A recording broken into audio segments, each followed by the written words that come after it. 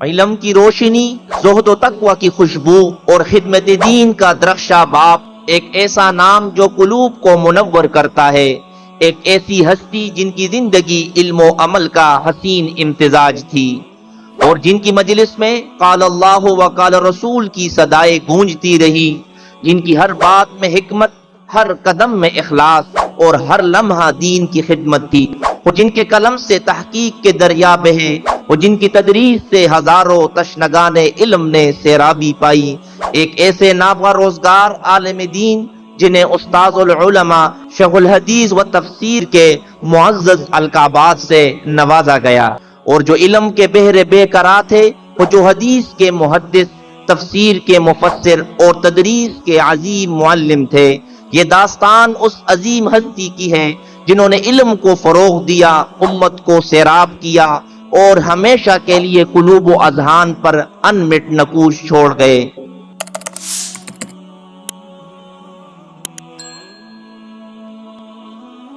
حضرت شیخ الحدیث مولانا نصیر الدین غرغشتوی رحمۃ اللہ علیہ المعروف غرغشتو بابا جی، آپ موضع غرغشتی حضر و اٹک علاقہ چھچ میں 1295 ہجری 1878 عیسوی میں پیدا ہوئے۔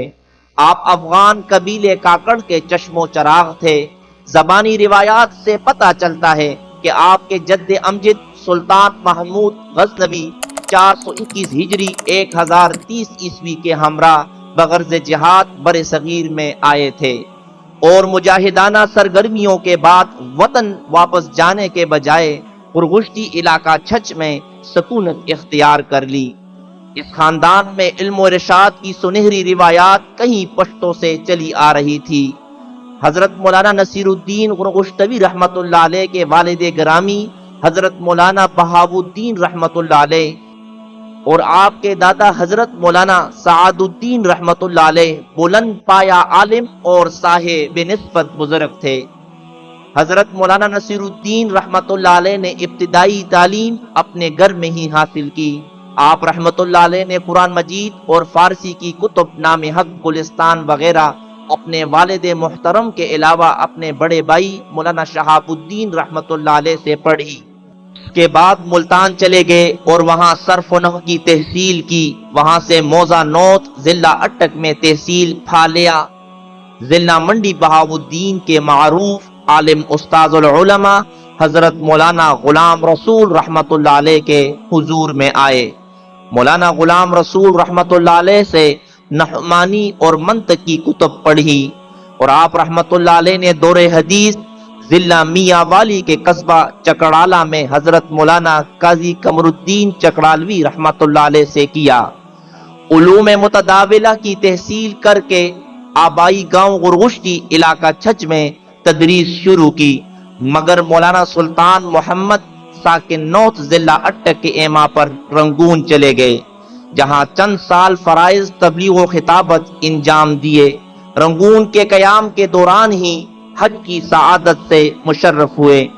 اس وقت حجاز میں سلطان عبد الحمید خان کی حکومت تھی۔ رنگون کے زمانے قیام میں دارالعلوم دیوبند کی تابندہ روایات کا تذکرہ اور حضرت شیخ الہند محمود الحسن رحمۃ اللہ علیہ کی شہرت سن کر دیوبند جانے کا شوق پیدا ہوا۔ چنانچہ رنگون سے واپس آتے ہوئے دارالعلوم دیوبند میں داخلہ لیا۔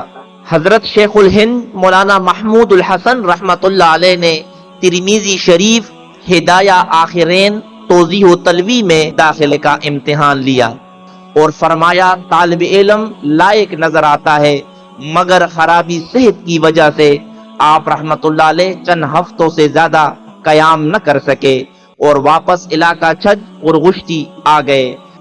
آپ رحمۃ اللہ علیہ نے دیوبند ہندوستان سے واپسی پر نوت ضلع اٹک میں مولانا غلام رسول رحمۃ اللہ علیہ کی خدمت میں کچھ دن قیام رہا، اور پھر غرغشتی میں مستقل قیام کے ارادے سے وارد ہوئے اور غرغشتی آ کر دوبارہ تدریس شروع کی، تو پشتو اور فارسی بولنے والے علاقوں کے طلباء حصول علم کے لیے جوک تر جوک آنے لگے۔ مختلف سالوں میں 60 سے لے کر 150 طلباء زیر درس رہے، اور آپ رحمۃ اللہ علیہ انتقال سے چند سال قبل بوجہ ضعف پیری درس و تدریس کا سلسلہ بند کر دیا تھا اور خود فرمایا کرتے تھے کہ مجھ سے استفادہ کرنے والوں کی کم و بیش تعداد 5000 ہوگی۔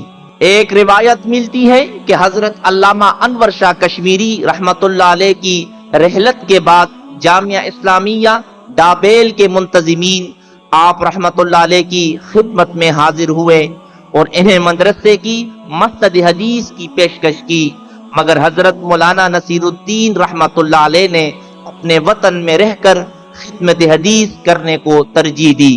حضرت مولانا نصیر الدین رحمت اللہ علیہ نے حضرت خواجہ سراج الدین رحمت اللہ علیہ کے ہاتھ پر بیعت کی تھی۔ ان کے انتقال کے بعد حضرت مولانا حسین علی رحمت اللہ علیہ سے تجدید بیعت کی موصوف و بشرا میں اکثر قیام کرتے اور اپنے استاد و مرشد حضرت مولانا حسین علی رحمت اللہ علیہ سے استفادہ علمی و دینی کرتے تھے۔ حضرت مولانا حسین علی رحمت اللہ علیہ کے خلفاء میں ان کا مرتبہ بہت بلند ہے۔ حضرت مولانا نصیر الدین رحمت اللہ علیہ کی زندگی خدا خوفی، تقوی اور توکل اللہ کی سچی تصویر تھی۔ سادہ طبیعت اور معتدل مزاج بزرگ تھے، حمیت دین میں کسی سے پیچھے نہ تھے۔ تحریک ختم نبوت 1953 میں 10 ماہ اٹک اور ساہیوال کے جیل خانوں میں رہے۔ آپ رحمت اللہ علیہ نے تصانیف کی طرف بھی توجہ فرمائی اور حدیث شریف کی 3 امہات الکتب پر حواشی تحریر فرمائے۔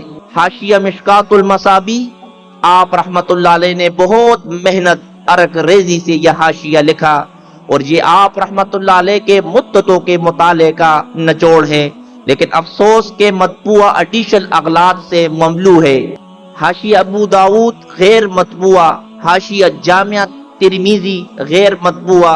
آپ رحمت اللہ علیہ کی رحلت 4 ذیقعدہ 1388 ہجری 23 جنوری 1969 کو پی او ایف ہسپتال واکنڈ ضلع راولپنڈی میں ہوئی اور آپ اپنے آبائی قصبے غرغشتی علاقہ چھچ میں مدفون ہے۔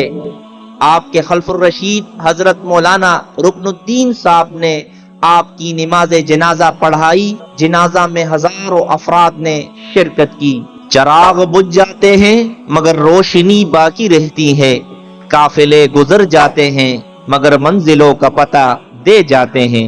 یہ صرف ایک شخصیت کی داستان نہیں بلکہ ایک عہد کی کہانی ہے، ایک ایسی ہستی جن کا علم، جن کی تربیت اور جن کی دعائیں آج بھی زندہ ہے۔ وہ دنیا سے رخصت ہو گئے مگر ان کی روشنی آج بھی قلوب و اذہان کو منور کر رہی ہے۔ اللہ تعالیٰ ان کی قبر کو نور سے بھر دے، آمین ثم آمین۔